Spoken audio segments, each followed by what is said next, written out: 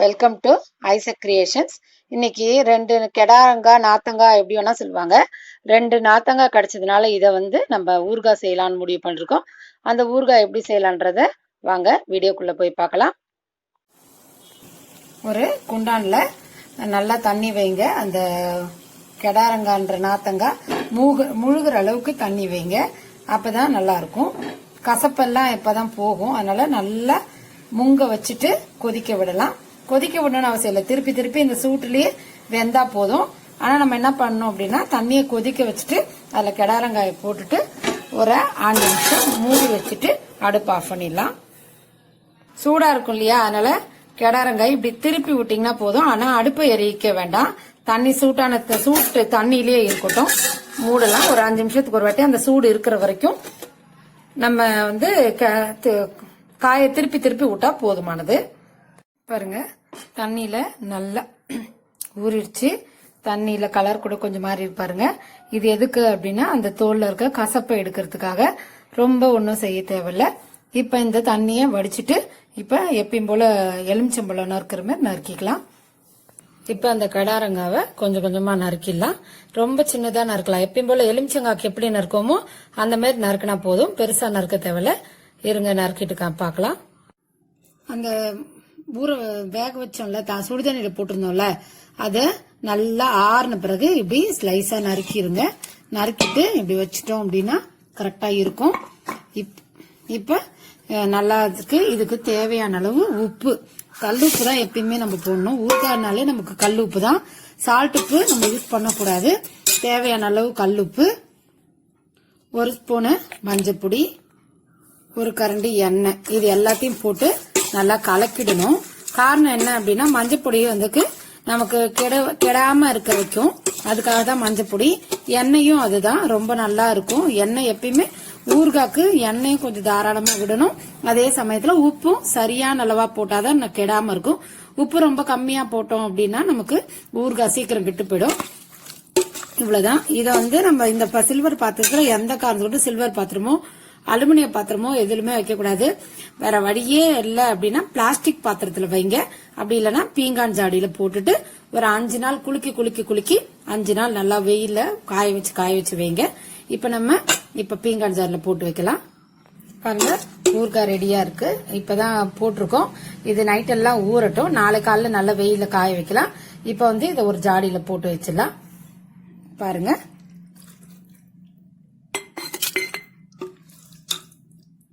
சும்மா கொஞ்சமா தான் போடுறேன் அப்படின்றனால சின்ன ஜாடி எடுத்துக்கிட்டேன். அலுமினிய பாத்திரத்திலயும் வைக்காதீங்க, சில்வர் பாத்திரத்திலயும் வைக்காதீங்க. பிளாஸ்டிக் பாத்திரத்தை விட காட்டிலும் பீங்கான் கொஞ்சம் பெஸ்டா இருக்கும்னு நினைக்கிறேன்.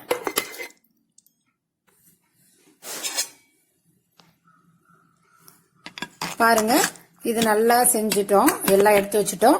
இது நல்லா ஒரு நாளைக்கு 2 வாட்டி நம்ம குலுக்கி இல்ல கரண்டியால கிண்டி இதை மூடி வைக்கணும்.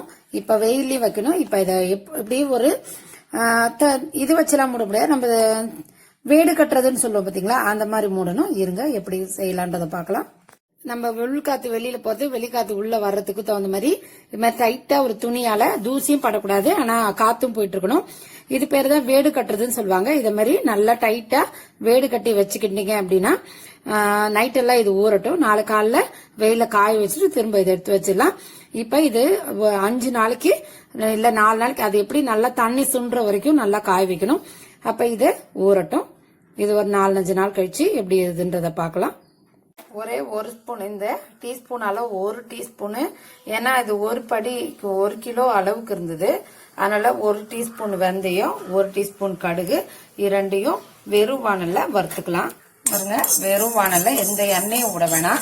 சும்மா வெறும் வானல்ல பொரியிற அளவுக்கு வறுத்துக்கலாம். நல்லா பொரியணும். ஆனா கருக விட்டுறாதீங்க. கருகுனா அதோட டேஸ்டே மாறிடும். அதனால கருகாம பொரிய மட்டும் விடுங்க. செவர வறுக்கிறதுன்னு சொல்லுவாங்க இல்லையா, அந்த அளவுக்கு வறுத்துக்கலாம். இங்க பாருங்க, நல்லா ரெட் கலர்ல இருக்கு ஓரளவுக்கு. ஆனா கொஞ்சம் கூட கருகுல. பாருங்க, இதுதான் சரியானது. லைட்டா வெடிக்க ஆரம்பிக்கும். கை விரடாம கிண்டுங்க. இல்லைன்னா கொஞ்சம் ஒரு பக்கம் ஒரு மாதிரி இருக்கும், இன்னொரு பக்கம் ஒரு மாதிரி இருக்கும். இப்ப இதை எடுத்துடலாம். அதே மாதிரி 1 ஸ்பூன் கடுகு, இதையும் கருக விடாம வறுத்து எடுத்துடலாம். இது அப்படியே அரிசி பொரியிற மாதிரி சோளம் வறுக்கும் போது தெரியும் பாருங்க, அந்த மாதிரி லைட்டா வறுக்கும், பொடிச்சு வரும் பாருங்க. சோளம் பொரியிற மாதிரி பொரியுது. இந்த நேரத்தில் அடுப்பு ஆஃப் பண்ணிடலாம். தீ விட்டுக்கூடாது, ரொம்ப முக்கியம். அதையும் அதே பார்த்து எடுத்து வச்சுக்கலாம். இது ரெண்டும் நல்லா ஆறட்டும். நல்லா பார்த்தீங்கன்னா தெரியும் உங்களுக்கு, நல்ல ஒரு மாதிரி கோல்டன் கலரில் இருக்குன்றது. ரெண்டும் நல்லா ஆறட்டும். ஆறுன பிறகு அரைச்சிக்கலாம். 100 கிராம் மிளகாவை நான் காய வச்சுட்டு நல்லா காய வச்சிருக்கேன். காய வச்சு காம்பு கிள்ளி வச்சிருக்கேன். சப்போஸ் உங்களால் காய வைக்க முடியல அப்படின்னா நீங்கள் வெறும் அதை 2-3 மிளகாவை இப்படி உடச்சி போட்டுக்கிட்டு அதை வந்து வெறும் வானலில் லைட்டாக வறுத்துட்டு நம்ம மிக்சியில் பொடி பண்ணால் அது சரியாயிடும். நான் இப்போ ஒரு 100 வச்சிருக்கேன். உங்கள் காரத்துக்கு தகுந்த 100 150 எவ்வளோ தேவையோ எடுத்துக்கோங்க. இதை நான் மிக்சியில் போட்டு நல்லா பொடிச்சிட்டு நம்ம பார்க்கலாம். பாருங்க, இது கூட நான் பெருங்காய பொடி வந்து போட மாட்டேன். அதனால பெருங்காயத்தை குட்டி குட்டியாக எப்பயுமே நறுக்கி வச்சிருப்பேன். அதை லைட்டாக எண்ணெயில் போட்டு வறுத்து எடுத்திருக்கேன். இப்போ அப்பதான் என்னால் பொடிக்க முடியும், இல்லைன்னா பொடிக்க முடியாதுன்றதுனால அது மாதிரி எடுத்து வச்சிருக்கேன். இப்போ இது 3யும் ஒன்னா பொடிச்சிடலாம். 5 நாள் இப்படிதான் வீடு கட்டி நல்லா வந்து காய வச்சு எடுத்து வச்சிருக்கேன் ஊறுகாய. 5 நாள் காஞ்சிச்சு. பாருங்க எவ்வளோ ஊறுகாய் இருந்தது, இப்போ எவ்வளோ கம்மியா இருக்குன்னு. அது வந்து நம்ம என்ன பண்ணணும்னா, வேடு கட்டிட்டோம் அப்படின்னு வெயிலில் வைக்கிறோம் அப்படியே வச்சிடக்கூடாது. வேடு கட்டி வச்சதை காலையில கொண்டு போய் வைக்கும் போது ஒரு கிண்டு கிண்டிடணும். அது மாதிரி சாயங்காலம் எடுத்துட்டு வந்து வச்சோடனே ஒரு கிண்டி கிண்டி வச்சிடணும், இல்லைன்னா மேலே கெட்டு போக வாய்ப்பு இருக்கு. இங்க பாருங்க ரொம்ப அழகா இருக்கு. இப்ப நம்ம வதக்க ஆரம்பிக்கலாம். பாருங்க உங்களுக்கு தெரியுதா, திக்கா இருக்கு பாத்தீங்களா? இது விளக்கெண்ணெய். நாங்க எப்பயுமே பாத்தீங்கன்னா பாதி நல்லெண்ணையும் பாதி விளக்கெண்ணெய் விட்டு தான் தாளிப்போம். நம்ம ரொம்ப பெருசா பெருமையா ஆலிவ் ஆயில்னு பேசிட்டு இருக்கோம். அந்த ஆலிவ் ஆயில் எப்படி ஃபாரினுக்கு ஆலிவ் ஆயிலோ அது மேல நம்ம ஊர் ஆலிவ் ஆயில் தான் இந்த விளக்கெண்ணெய். இதை பயன்படுத்துறது இப்ப எல்லாம் நிறைய வந்து நம்ம மறந்துட்டோம். அதனால இதை கொஞ்சம் பயன்படுத்தி சாப்பிடும்போது ஊறுகாய் சூடா இருந்தாலும் நமக்கு விளக்கெண்ணெய் குளிர்ச்சியை தரும். அதனால 100 கிராம் இல்ல 150 கிராம், 1 கிலோ கிட்டத்தட்ட இருக்குன்றனால 150 கிராம் மேலேயே 200 கூட ஊத்தலாம். 200 கிராம் விளக்கெண்ணையும் 200 ml வந்து நல்லெண்ணையும் சேர்த்து நம்ம செய்யலாம். நமக்கு கெடாம இருக்கணும் அப்படின்னா அதுதான் பண்ணணும். நான் ஃப்ரிட்ஜில் ஊறுகாய் நான் வச்சது கிடையாது, நான் வெளியில தான் வைப்பேன். அதனால கொஞ்சம் அதாவது ஊறுகாய்க்கு மேல வரைக்கும் எண்ணெய் இருக்கிற வரைக்கும் அந்த ஊறுகாய் கிடவே கிடாது. அதுக்கு மேலே ரொம்ப ஊறுகாயில எண்ணெய் இல்லை அப்படின்னா தான் நமக்கு பூஞ்சா வரும். அதனால எண்ணெய் ஊத்திட்டேன். எண்ணெயிலே மிகவும் சிறந்தது தேங்காய் தான். அதுதான் சொல்லுவாங்க தாய்ப்பாலுக்கு இணையான ஒரு தூய்மையானது அப்படின்னா அது தேங்காய் தான் இருக்கு அப்படின்னு. தேங்காய், நல்லெண்ணெய், கல்லெண்ணெய், விளக்கெண்ணெய் எல்லாமே நம்மளே காணாடி நம்ம யூஸ் பண்றதுதான் ரொம்ப நல்லதே தவிர கடையில வாங்காதீங்க. பியூரிஃபை பண்றதுனால அதுல இருக்க கெட்ட சத்து இல்ல நல்ல சத்து சேர்த்து போயிடுறதுனால அது பிரயோஜனமே இல்லாம இருக்கு. அதனால பியூரிஃபை ஆன எண்ணெயும் வாங்கி சாப்பிட வேண்டிய அவசியம் இல்லை அப்படின்றது என்னோட எண்ணம். வாசனை சாப்பாடு நீங்க வேணா நார்மல் எண்ணெயில சமைச்சு பாருங்க, பியூரிஃபைல சமைச்சு பாருங்க, வாசனை டேஸ்ட் எல்லாமே டிஃபரன்ஸ் ஆகும். அதனால எண்ணெயை நல்லா காய வச்சுட்டேன். இந்த கடுகு பொடி, வெந்தயம், கடுகு, வெந்தயம், பெருங்காயம் இது எல்லாத்தையும் எண்ணெயில போட்டுக்கலாம். எண்ணெய் விடுறேன்னு நினைக்க வேண்டாம். எண்ணெய் விட்டா மட்டும்தான் ஊறுகாயோட ருசி நல்லா இருக்கும், இல்லைன்னா கெட்டு போயிடும். 1 வருஷம் ஆனாலும் நீங்க கொஞ்சம் நிறைய எண்ணெய் விட்டு செய்யுங்க. முன்னெல்லாம் அப்படிதான் செய்வாங்க, வருஷத்துக்கு ஒரு வாட்டி தான் ஊறுகாய் போடுவாங்க. அப்பப்போ ஊறுகாய் போடவே மாட்டாங்க. இதை நல்லா வதக்கலாம். மிளகாய் போடலாம். மிளகாத்தூள் பாருங்க, நம்ம அரைச்சது அவ்வளோ ஒரு வாசனையா இருக்கும். நீங்க கடையில வாங்கணும்னு அவசியமே இல்லை. நம்ம முன்னாடி மாதிரி இல்லை, நம்ம எல்லாரும் மிக்சி வச்சிருக்கோம். மிக்சியில ஒரு பொடி பொடிச்சிட்டோம் அப்படின்னா அழகா வந்துடும். காய வைக்கலனாலும் அதை லைட்டா வறுத்துட்டு நம்ம அரைச்சி போடும்போது ரொம்ப நல்லா இருக்கும். இந்த எண்ணெய் வந்து விளக்கெண்ணெய் பொங்க தான் செய்யும், அதனால பொங்கி தான் வரும். கொஞ்ச நேரம் இருக்கட்டும்.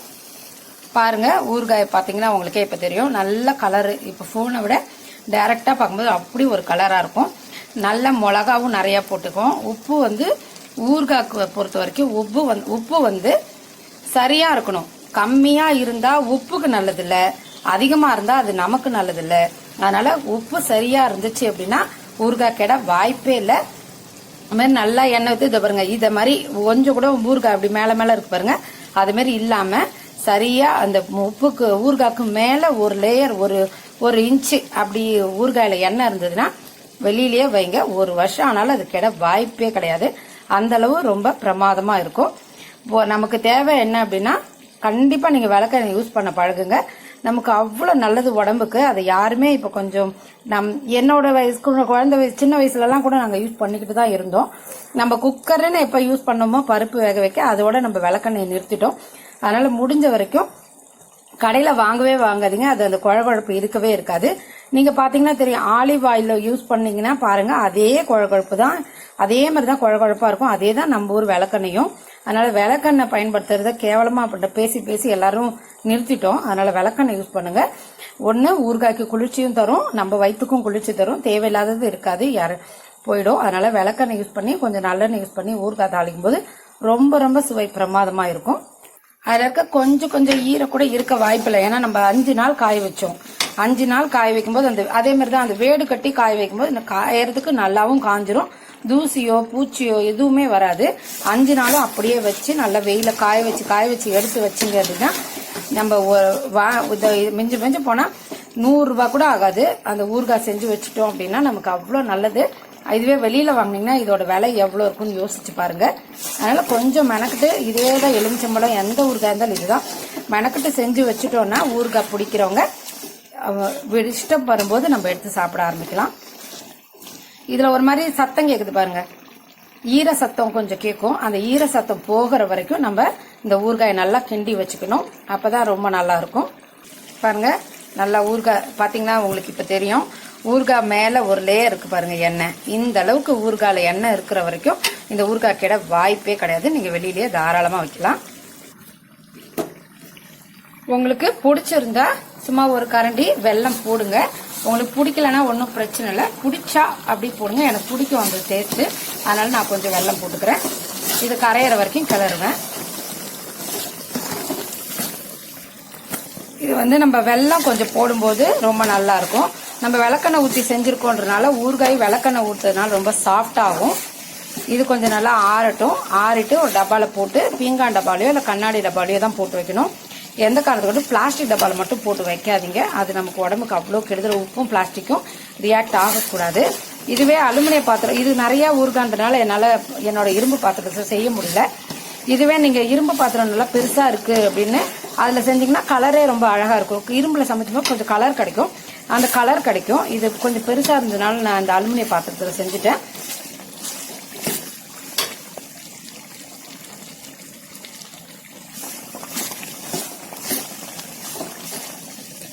ஊறுகாய் இப்படி கிளறும் போது முன்னாடி ஒரு மாதிரி ஈர சத்தம் கேட்டுச்சு பாத்தீங்களா, அது போகிற வரைக்கும் கிண்டினா போதும். இப்ப ஊறுகாய் ரெடி ஆயிடுச்சு. இப்ப நம்ம அடுப்பு ஆஃப் பண்ணிடலாம். இது நல்லா ஆறட்டும். ஆறினோடனே ஒரு பீங்கான் டப்பால போட்டு மூடி வச்சிடலாம். இது பாருங்க, இதுதான் நம்ம நிறைய எண்ணெய் ஊத்திருக்கேன் அப்படின்னு நீங்க பயப்பட வேண்டாம். ஊறுகாயில எண்ணெய் நிறைய ஊத்தி தான் ஆகணும். அப்பதான் அது கெடாம இருக்கும். நம்ம உடம்பு பாதுகாக்கிறோம் அப்படின்ற அந்த எண்ணெய் ஊத்தி நம்ம சாப்பிட போறது இல்ல. அந்த மேலாம ஊறுகாய் மட்டும் தான் எடுத்து எடுத்து சாப்பிடுவோம். எண்ணெய் அப்படியே தான் இருக்கும். லேட்டாக லேட்டாக லேட்டாக அந்த எண்ணெய் ஊறி ஊறி ஊறுகாய் ரொம்ப ருசியா இருக்கும். அதை நீங்க ஒரு வாட்டி ட்ரை பண்ணி பாருங்க, உங்களுக்கு அதோட ஃபீலிங்ஸ் புரியும்.